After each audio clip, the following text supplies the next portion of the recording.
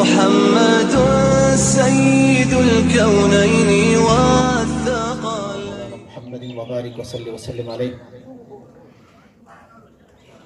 حاضرین مجلس، علماء کرام، مشائخ اعظام، اساتذہ کرام، محترم طلباء، معززین علاقہ، آج کی بزم بسلسلہ اسلامی اور فلاحی معاشرے کو کیسے قائم کیا جائے.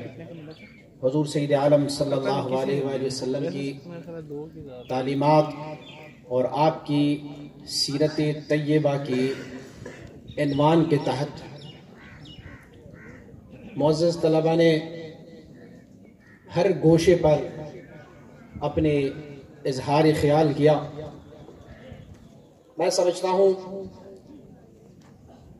حضور سید عالم صلی اللہ علیہ وسلم نے اسلامی اور فلاحی معاشرے کو قائم رکھنے کے لیے ایک اہم چیز، جیسے ہم اور آپ پیس یا امن کے نام سے جانتے ہیں، اس امن کو قائم فرما کے گویا فلاحی معاشرے کی تمام کیٹیگریز کو، تمام صنفوں کو آپ نے جلا بخش. سمجھ لینا چاہیے کہ اگر کسی ملک پہ پیس ہے، کسی معاشرے میں امن ہے، تو اس معاشرے کی امن کی وجہ سے وہاں پر تعلیم بھی ہے، وہاں پر روزگار کے مواقع بھی ہیں، وہاں پر کاروبار بھی ہے، وہاں پر ہمارے خواتین کے حقوق بھی ہے، وہاں پر ہماری زندگی کے ہر شعبے کو اپنی اپنی بہتریاں مل سکتی ہے، لیکن شرط یہ ہے کہ ہو پیس وہاں پر.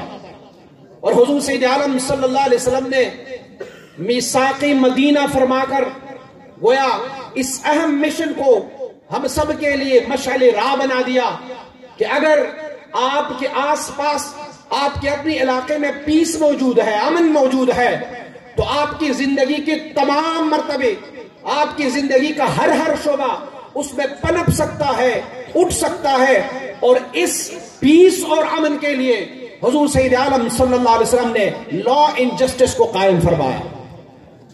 ہر وہ کام جو حضور سید عالم صلی اللہ علیہ وسلم نے اپنی ذات اقدس سے شروع فرمایا. ابراہیم علیہ نبینا علیہ السلام نے دعا کیا مانگی تھی؟ دعا کی تھی رب اجعل هذا البلد آمنا وارزق اہلہ من الثمرات. فرمایا پروردگارا اس شہر کو امن والا شہر بنا دے، پیس والا شہر بنا دے، اور اس شہر کو جو امن اور پیس والا شہر ہوگا اس میں اس اہل کو رزق اور روزی عطا فرما دے. تو گویا اشارہ فرمایا کہ جس معاشرے میں پیس اور امن ہو، جس معاشرے میں لا اینڈ جسٹس ہو، تو لا اینڈ جسٹس اور پیس کی وجہ سے ہماری اکانومی بھی گروتھ ہو جاتی ہے، ہمارا کاروبار بھی اور ہماری زندگیاں بھی.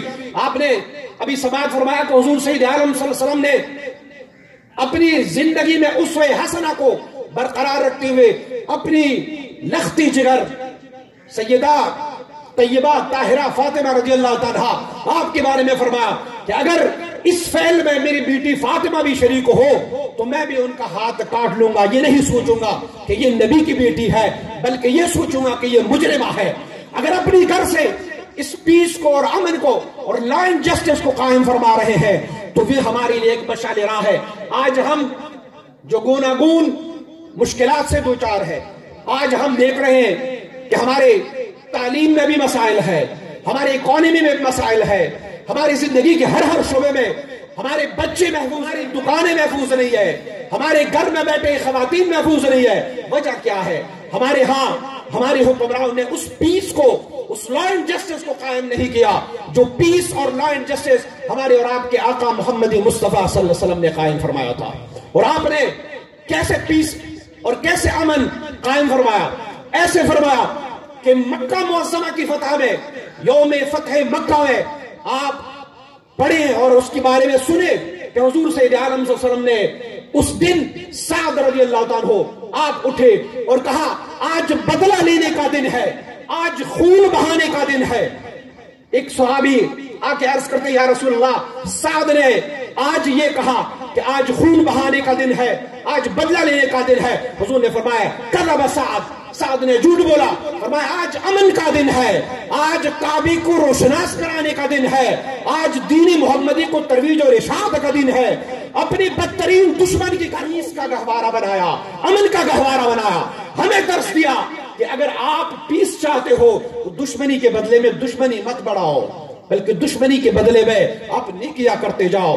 آپ نے طائف کا واقعہ سنا ہوگا، رب کائنات نے حضور کو یہ ملائکہ اعظام کا اختیار عطا فرمایا کہ اگر چاہو تو یہ دو پہاڑے ان لوگوں پر حکم فرما دو کہ یہ دو پہاڑ آپس میں ٹکرا جائیں اور یہ سارے ختم ہو جائے، لیکن میرا نبی تو امن والا نبی ہے، میرا نبی تو پیس کا نبی ہے، میرا نبی لا اینڈ جسٹس قائم فرما رہے ہیں۔ فرمایا نہیں، میں چاہتا ہوں کہ یہ قوم سلامت رہے، ہو سکتا ہے کہ اس قوم میں سے بہت اچھے اور نیک لوگ بھی آ جائیں گے۔ یہ میری نبی کی تعلیمات ہے۔ اگر ہم آج بھی حضور سید عالم صلی اللہ علیہ وسلم بارک کے اس دینی متین پر، اس جسٹس لا کو، ان پیس کو ہم اپنا ایک رول ماڈل بنائے تو میرا تعلیم بھی تعلیم رہے گا، میری اکانومی بھی گروتھ کرتی جائے گی، میری زندگی کا ہر شعبہ کامیابی سے روشناس ہوتا جائے گا۔ اللہ کریم سے دعا ہے کہ رب کائنات ہمیں حضور کی تعلیمات پر عمل کرنے کی توفیق عطا فرمائے۔ وصلی اللہ تعالی علی حبیبہ۔